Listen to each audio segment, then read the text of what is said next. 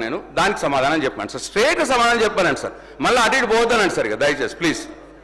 మంత్రి గారు అటు ఇటు ఎక్కడ పోయేది, ఇంకా 10 ఏళ్ళు ఇన్ని ఉంటాం. కానీ మీరు చెప్పేది sir. Sir first question sir, ఎందుకంటే ఫస్ట్ కండెమ్ చేయాలి. ఫస్ట్ మా గౌరవ సభ్యులు చెప్పింది, నల్గొండ కాన్ఫరెన్స్లో 200 కోట్ల రూపాయలు రోడ్డు వేసినంటే నిన్న కూడా పోయించిన వాళ్ళే అసెంబ్లీ, మన అసెంబ్లీ లేదు కాబట్టి ఆ రోడ్లు 200 కోట్లు ఎక్కడో చూపిస్తే నీకు అక్కడనే సన్మానం చేస్తా, నీకు ఒక కొబ్బరికాయ పడతా అని అంటున్నా. నాకు ఆడితే 200 కోట్లు సార్, 2 రూపాయలు ఇవ్వలేదు సార్.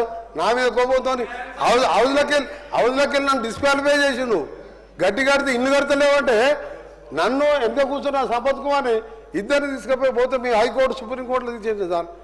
1 రూపాయి ఇవ్వలే నా కాన్సెప్ట్కి.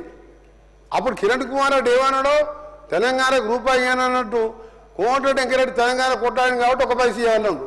1 పైసా 200 కోట్ల నీ వెనక పడతా బాబు. అబద్ధాలు ఆడితే కూడా దానికి లెక్క ఉండాలి.